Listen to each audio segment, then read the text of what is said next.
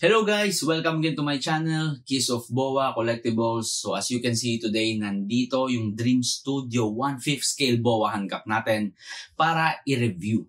So last time, kung hindi nyo pa napapanood yung aking video, nagkaroon ako ng unboxing nito. Full details nandun sa aking channel. So visit mo na yung aking channel. Kung hindi mo pa rin yan nagagawa, hindi ka pa rin nakaka-like and subscribe, ngayon na yun. So gawin mo na. Let's support each other. So kung meron man kayong gustong ipa-review, i-comment nyo lang down below and tatry natin makuha yan. Let's go!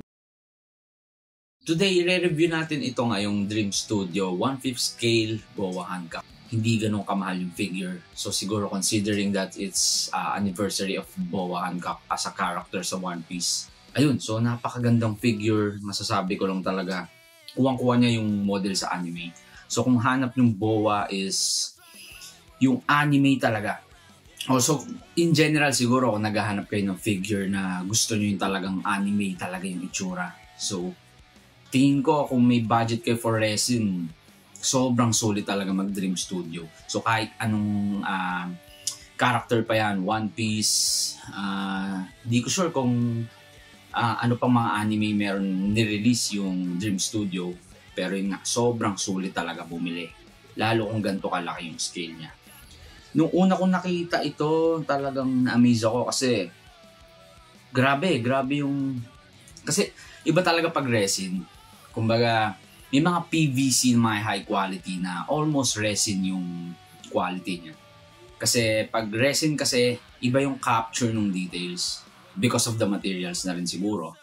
So, hindi ako gaanong maalam dun sa ganong process. I'm also an artist pero drawing lang yung ano ko talaga, yung forte ko. So, ito, papansin talaga natin paint job din, grabe. Talagang sulit yung binayan. So, kung talagang nag-antay kayo dito, pre-order, sulit na sulit yung pag-aantay. Ako kasi hindi ako nakapag-pre-order nito before. I don't think I have enough budget para dito. Pero nung nakita ko siya last month or 3 weeks ago. Yeah, this July pa rin yun. Talagang nahook ako eh. Sabi ko, ang ganda ng figure na to. Siguro, sa picture pa lang. So, paano sa personal? So, nagtry ako bilhin. And nakahanap ako sa marketplace on Facebook. Binibenta niya na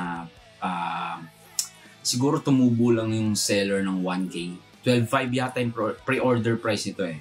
So binigay niya sa akin ng dapat 13.5 na. Pero binigay niya 13 kasi yung 500 is for Lala Move. So sulit na sulit talaga. So lalo nung binuksan ko siya. So kung makikita nyo yung unboxing ko dun sa figure na ito, makikita nyo kung gaano kalaki yung box, gaano siya kabigat. Makikita nyo dun yung binubuhat ko pala yung base. Base pa lang talaga. So yung base talaga yung pinakamabigat dito. Especially ito rin mga Marines. Pero si Boa, sakto lang eh. So considering her height, hindi siya ganun kabigat. Pero since resin siya, alam nating mabigat. So, ayun. So grabe yung details. So meron ding iba naman na parang ayaw ng may Marines, gusto si Boa lang. Pero sa akin kasi mas mafe-feel mo yung power niya dun sa anime, yung devil fruit niya dun. So nagiging bato talaga yung mga kalaban. So ayun yung sinasabi kong detail sa face. May kita yung pagkakagawa sa eyes, nose and mouth. Grabe yung details. Also dun sa earrings. Yung earrings talagang kuwang-kuwa yung sa anime. So para kang tumitingin ng isang real life character na anime na nasa harapan mo talaga. Kudos din sa paint job, napakaganda ng pagkakagawa. So mas trip ko talaga yung yung matte color or matte finish, pero ito sobrang ganda ng pagkakagawa, sobrang bagay na bagay dun sa figure. So yung details din dun sa dress, kuhang-kuha talaga yung sa anime. So yeah, yung pagkakasculpt din nitong cape, grabe. Napakaganda.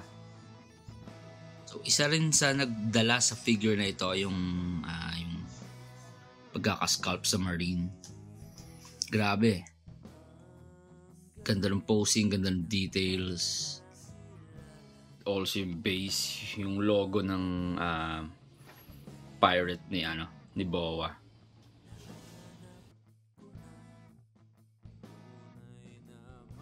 Yung license plate, yung authenticity card.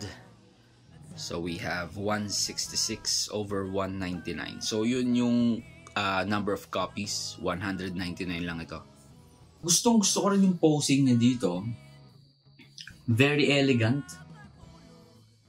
And makikita nyo yung she's not just a character, she's a very gorgeous character, or the most gorgeous or most beautiful woman in One Piece anime.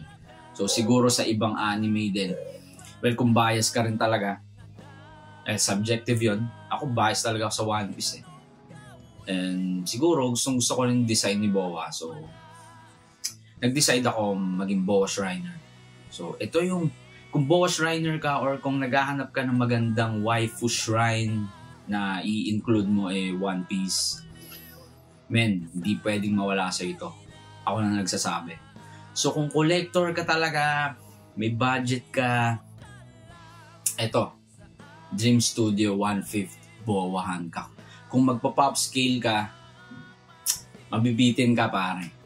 So kung tatanungin mo, konti lang idadagdag mong budget. Pag ipunan mo na, let's say 1 week or another, isang sahod, konti lang dadagdag mo eh. Kasi yung SRP nito, 15K yung 1/5 scale. So kung magpa-pop scale ka pa, I think pop scale is around 10 to 10.5. So isipin mo, 4.5 to 5K na lang idadagdag mo. Imbis na bumili ka pa ng ibang figure. 1/5 scale mo na, di ba? So yung pop scale yata dito yung height difference eh.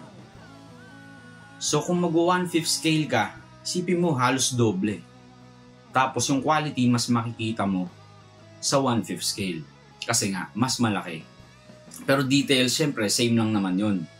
Pero syempre, kumbaga nanonood ka sa isang TV, sa TV na 37 inches versus dun sa 55, di ba? So, doon ka na sa 55 inches, di ba? So, yun yung point ko. So, kung ako sa inyo, guys, bilhin nyo na to. Hindi ko pinopromote dahil una-una hindi tayo sponsored. Just wanna say, I really appreciate this figure from Dream Studio. So, napakagaling talaga ng Dream Studio. Kung isa ka talagang collector, pasasalamatan mong Dream Studio. Nagkakaroon pa tayo ng ibang reviews sa ibang figures ko ng Boa. Sa mga ibang in-unbox ko, like LYS Studio Boa, yung naka-sipa siya with effects. Resin din yun. Dragon X Pop Studio Black Maria. Lalagyan din natin ng reviews yan. So yung mga videos ko before na walang masyadong reviews, just konting salita lang, abangan nyo yan.